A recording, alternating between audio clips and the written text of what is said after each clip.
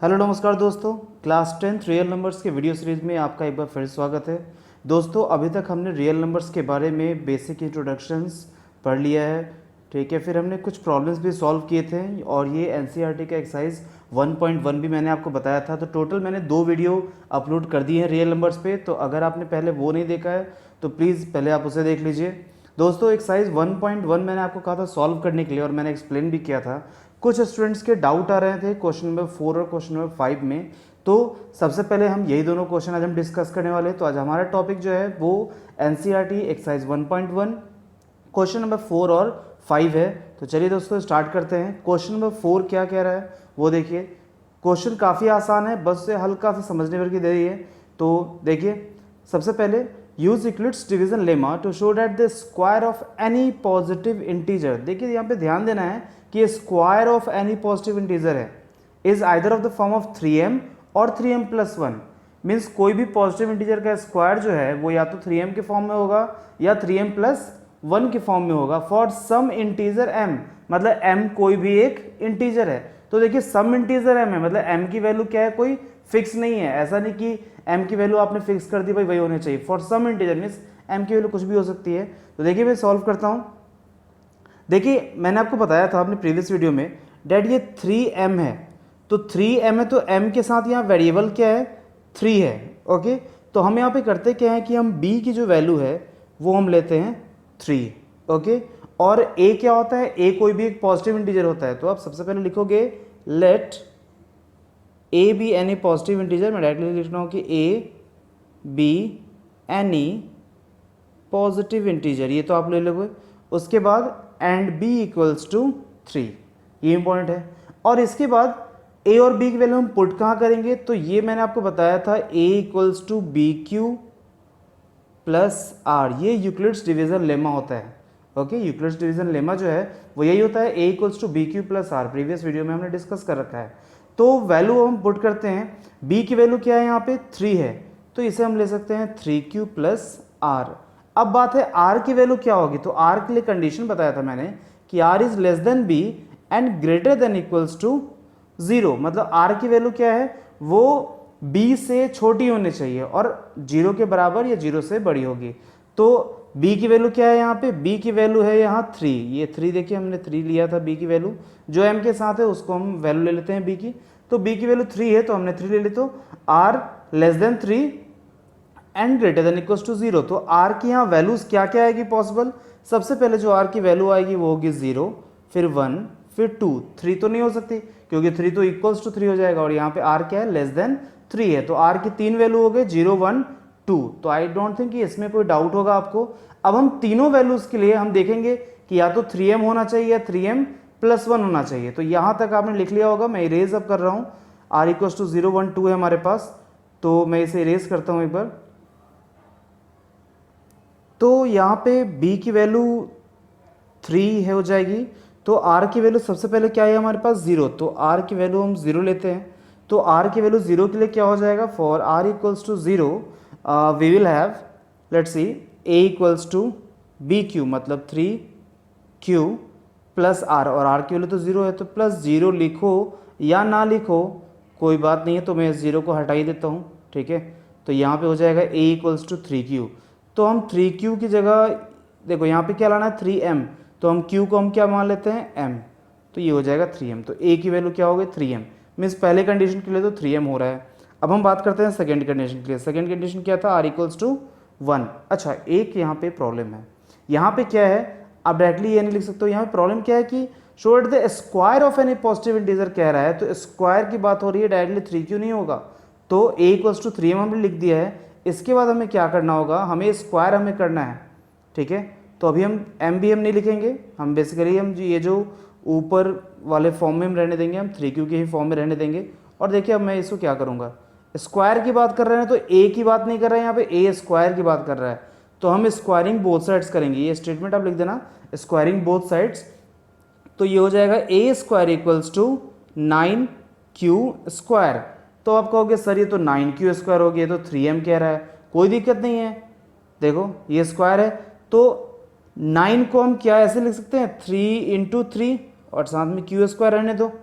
9 को मैंने 3 इंटू 3 लिख दिया, तो अब देखो ये इस 3q² को मान लो m, तो वो क्या हो जाएगा 3m, मतलब square of any positive integer is in the form of 3m। एक तो ये हो गया। अब हम r इक्वल्स टू लेते हैं 1, r इक्वल्स टू 1 लेते हैं, तो r इक्वल्स टू 1 के लिए क्या होगा, देखिए ध्यान से, a equals to 3q plus r की वैल्यू 1 हो जाएगी, ठीक है। Again squaring both sides, squaring हम बोथ साइड्स करते हैं, ठीक है। तो ये हो जाएगा a² equals to a plus b का होल स्क्वायर है, तो ये हो जाएगा 9q² plus 1 plus 6q, 2 into 3q into 1, तो ये आपके पास हो जाएगा। देखिए क्या मैं इसको ऐसे लिखता हूँ, देखो ये +1 है ना, और यहाँ पे देखो 3m + 1 के फॉर्म में कह रहा है, तो हम क्या करेंगे, इस 1 को हम लास्ट में लिख देंगे, मीन्स कुछ इस तरह से 9q² प्लस 6q, और लास्ट में लिख दो इस +1 को। अब हम इन दोनों में से क्या करेंगे, हम 3 को हम कॉमन लेंगे, क्योंकि 3 इंटू m के फॉर्म में लिखना है, तो 9q² प्लस 6q में से हम 3 को हम कॉमन लेंगे, तो ये हो जाएगा 3q² प्लस 2q, ठीक है। q कॉमन मत लेना, ऐसा मत सोचना है कि सर q भी तो कॉमन आ रहा है, q से मतलब ही नहीं है अपने को तो सिर्फ 3 कॉमन निकालना है। 3m है ना भाई, तो 3 चाहिए, तो सिर्फ हमने 3 निकाल दिए बाहर, बाकी जो भी बच गया रहने दो, और लास्ट में लिख दो 1। तो अब हम यहाँ पे क्या करेंगे, मैं थोड़ा कलर चेंज करता हूँ ज़्यादा समझ में आएगा।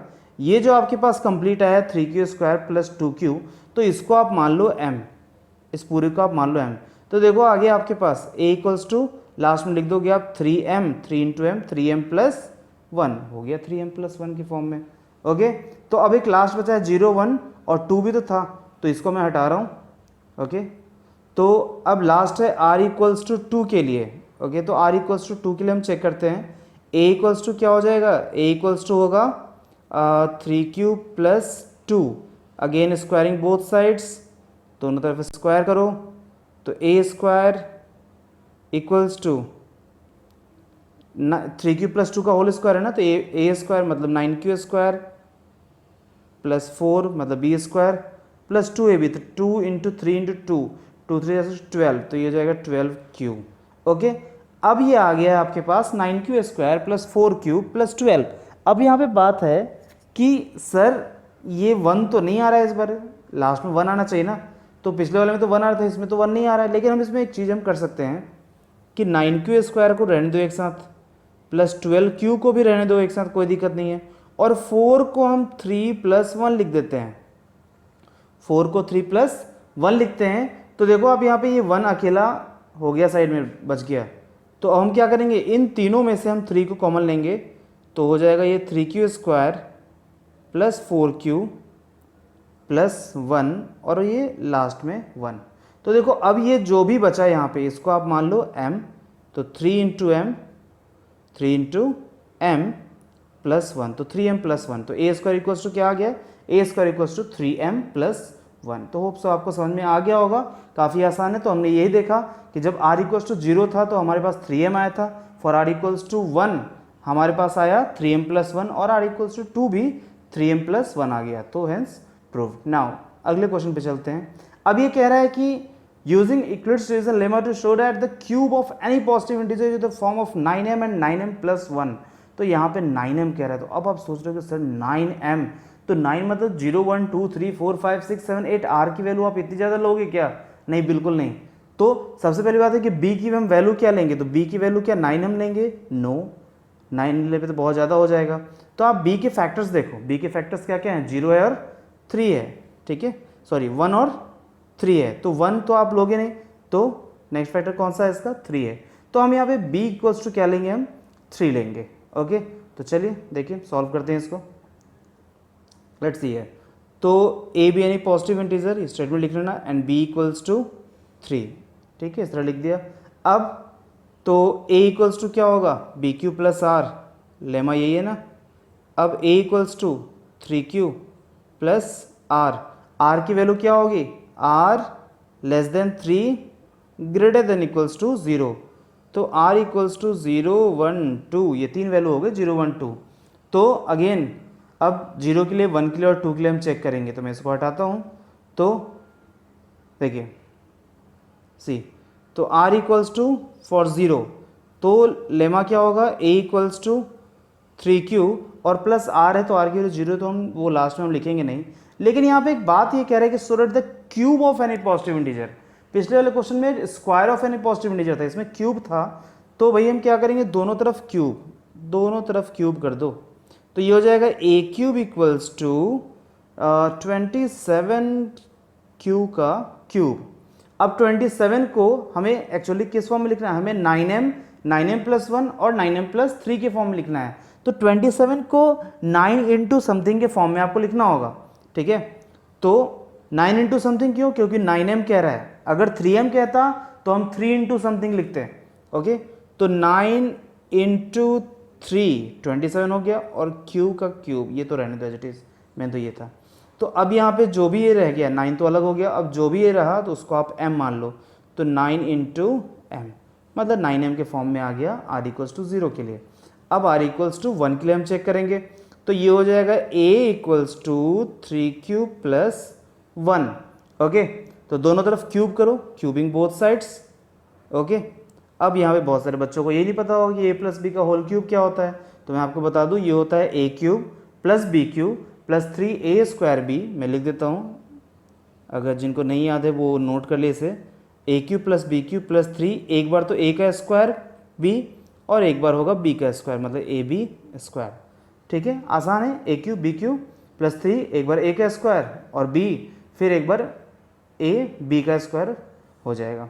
तो अब देखिए मैं इसको फॉर्मूले को मिटा देता हूँ और मैं डायरेक्टली वैल्यूज यहाँ पुट करता हूँ, a क्यू इक्वल्स टू होगा क्या, तो लेट्स सी, ये हो जाएगा ए क्यूब मतलब 3q का whole cube, A cube plus B cube plus 3 into A square मतलब 3q का whole square into 1 plus 3 into 3q into 1 का स्क्वायर।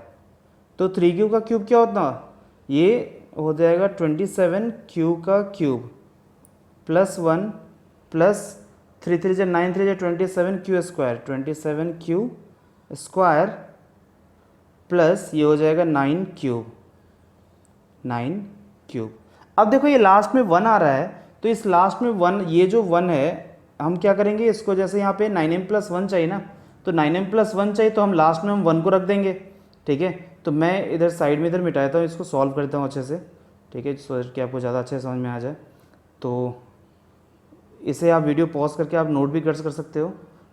तो अब इधर सॉल्व होगा, ये हो जाएगा देखो 27q का क्यूब प्लस 27q स्क्वायर और प्लस 9q और प्लस 1, ठीक है।